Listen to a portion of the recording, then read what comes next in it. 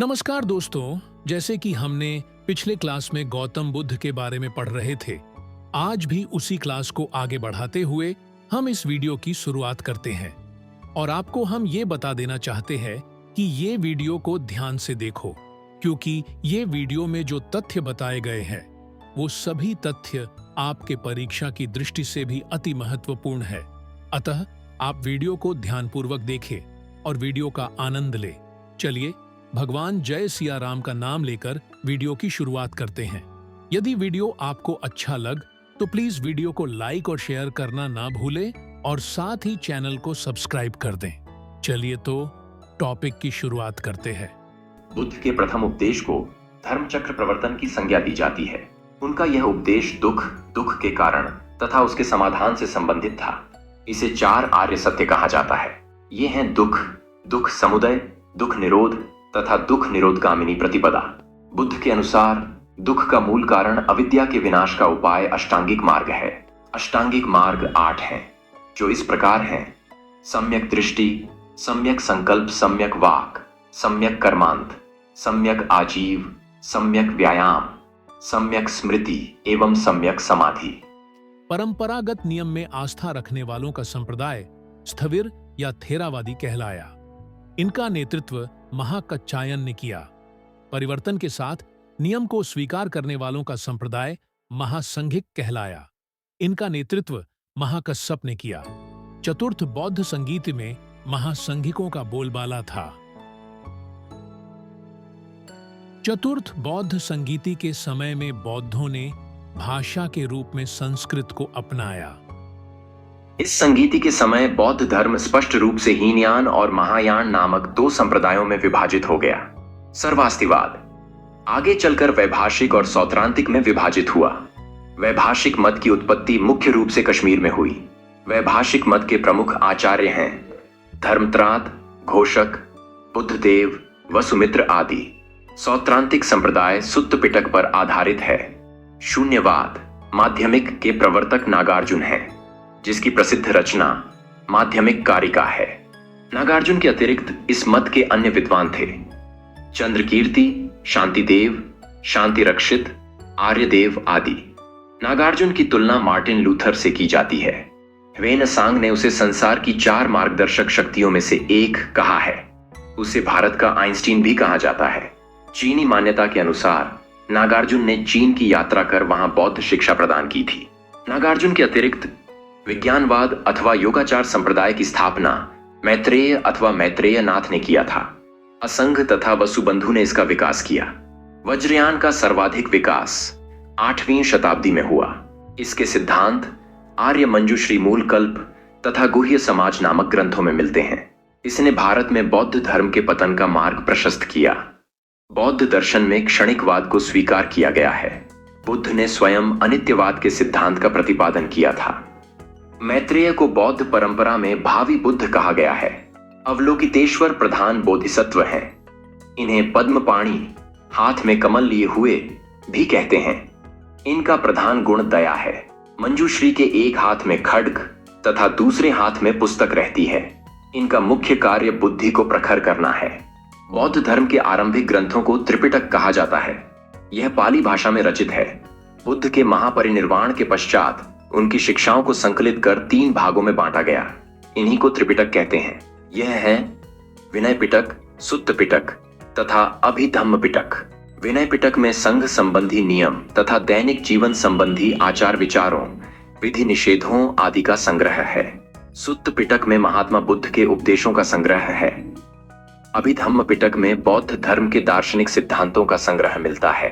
8 कथाएं त्रिपिटकों के भाष्य के रूप में लिखी गई हैं। सुत्त पिटक की अट्ठकथा महाअट्ठक तथा विनय पिटक की अट्ठकथा कुरुंडी है। अभिधम्म पिटक की अड्डकथा मूल रूप से सिंहली भाषा में महापच्चरी है। बौद्धों का वह धर्म ग्रंथ जिसमें गौतम बुद्ध के पूर्ववर्ती जन्म की कथाएं संकलित हैं, जातक कहलाता है। यह पाली भाषा में है। हम आपको ये याद दिला देना चाहते हैं कि ये वीडियो बस एक गौतम बुद्ध से रिलेटेड जीवनी को बताना मात्र नहीं है, बल्कि इनसे संबंधित जो भी प्रश्न परीक्षा में पूछे जाते हैं उन सभी तथ्यों का समावेश कर आपके उज्जवल भविष्य को तैयार करना भी है। इसीलिए यदि ये वीडियो आपको अच्छा लगे तो प्लीज वीडियो को लाइक और शेयर करना ना भूलें। साथ ही चैनल को सब्सक्राइब भी कर दें, जिससे आप नए अपलोड हुए वीडियो को देखकर अपने प्रतियोगी परीक्षाओं की सुचारू रूप से तैयारी कर सके। चलिए अब हम अपने टॉपिक पर वापस आते हैं कि भूमि स्पर्श मुद्रा से तात्पर्य अपने तप की शुचिता और निरंतरता को बनाए रखने से है। भूमि स्पर्श मुद्रा की सारनाथ की बुद्ध मूर्ति गुप्त काल से संबंधित है। प्राचीन काल में बौद्ध शिक्षा के 3 प्रमुख केंद्र थे। 1 नालंदा, 2 वल्लभी और 3 विक्रमशिला। नालंदा महायान बौद्ध धर्म की तथा वल्लभी हीनयान बौद्ध धर्म की शिक्षा का प्रमुख केंद्र था। विक्रमशिला महाविहार की स्थापना पाल नरेश धर्मपाल ने की थी। उसने यहां मंदिर तथा मठ भी बनवाए थे। 5वीं शताब्दी के मध्य गुप्तों के समय में नालंदा विश्वविद्यालय अस्तित्व में आया। सर्वप्रथम कुमार गुप्त एक ने नालंदा बौद्ध विहार को दान दिया और बाद में बुद्ध गुप्त तथा गत गुप्त तथा बालादित्य नामक गुप्त शासकों ने भी इस विहार को दान दिए।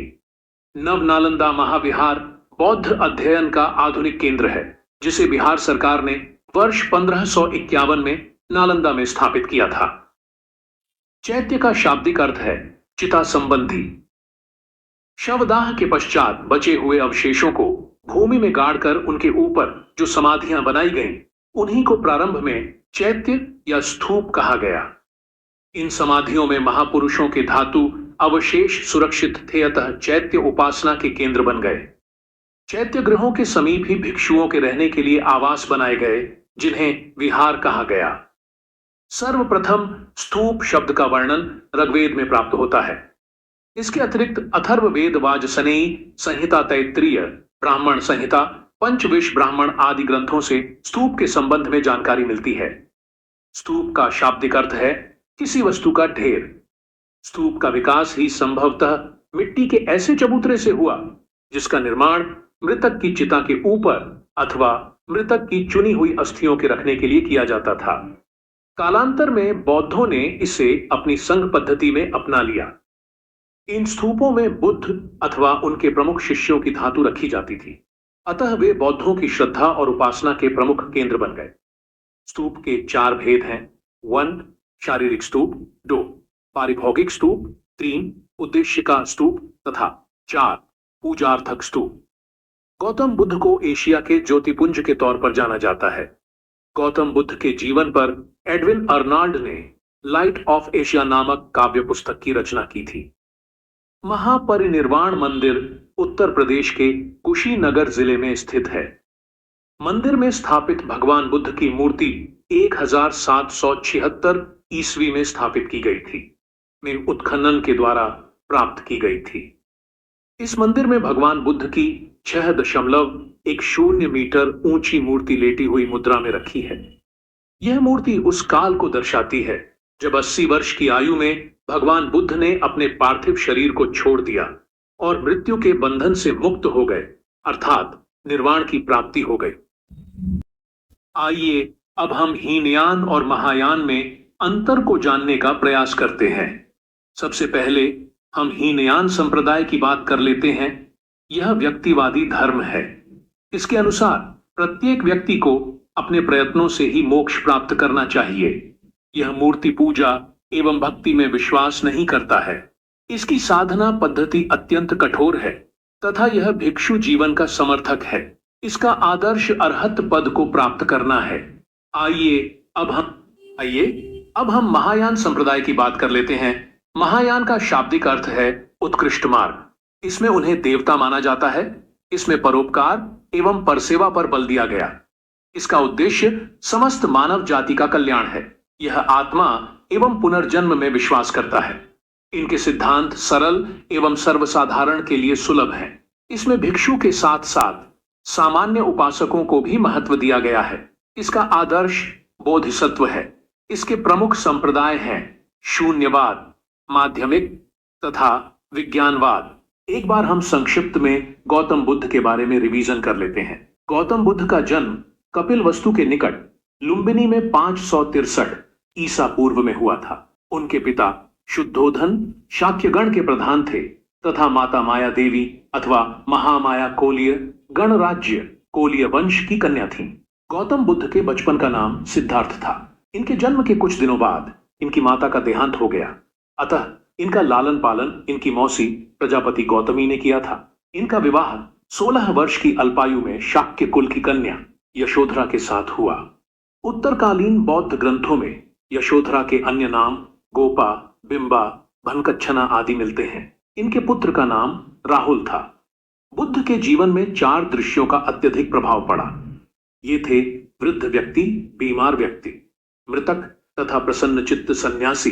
सिद्धार्थ ने पत्नी एवं बच्चों को सोते हुए छोड़कर गृह त्याग दिया। गृह त्याग के समय सिद्धार्थ की आयु 29 वर्ष थी। बौद्ध ग्रंथों में गृह त्याग को महाभिनिष्क्रमण की संज्ञा दी गई है। सांख्य दर्शन के आचार्य आलार कालाम से वैशाली के समीप उनकी मुलाकात हुई। यहां से सिद्धार्थ राजगृह के समीप निवास करने वाले रुद्रक रामपुत्त नामक एक दूसरे धर्माचार्य के पास पहुंचे। इसके पश्चात सिद्धार्थ उरुवेला बोधगया पहुंचे। 6 वर्षों की कठिन साधना के पश्चात 35 वर्ष की अवस्था में वैशाख पूर्णिमा की रात्रि को एक पीपल के वृक्ष के नीचे गौतम को ज्ञान प्राप्त हुआ। ज्ञान प्राप्ति के बाद वह बुद्ध कहलाए। बुद्ध का एक अन्य नाम तथागत मिलता है, जिसका अर्थ है सत्य है, ज्ञान जिसका। शाक्य कुल में जन्म लेने के कारण इन्हें शाक्य मुनि कहा गया। ज्ञान प्राप्ति के पश्चात गौतम बुद्ध ने अपने मत का प्रचार प्रारंभ किया। उरुवेला से वे सबसे पहले आर्षिपत्तन, वर्तमान सारनाथ, वाराणसी पहुंचे। यहां उन्होंने 5 ब्राह्मण सन्यासियों को प्रथम उपदेश दिया। इस प्रथम उपदेश को धर्म चक्र प्रवर्तन कहा जाता है। हम आशा करते हैं कि महात्मा बुद्ध के विषय में हमने जो आपको बातें बताई है वो सब सुनकर आपको अच्छा लगा होगा। यदि आपको हमारा ये प्रयत्न आपको अच्छा लगा हो और वीडियो रोचक लगी हो तो हम आपसे अनुरोध करते हैं कि वीडियो को लाइक और शेयर जरूर करें और चैनल को सब्सक्राइब भी कर दें, ताकि हम आपके लिए और भी अच्छे अच्छे कंटेंट बनाकर आपका मन खुशी से प्रफुल्लित कर सके। जय हिंद, जय भारत।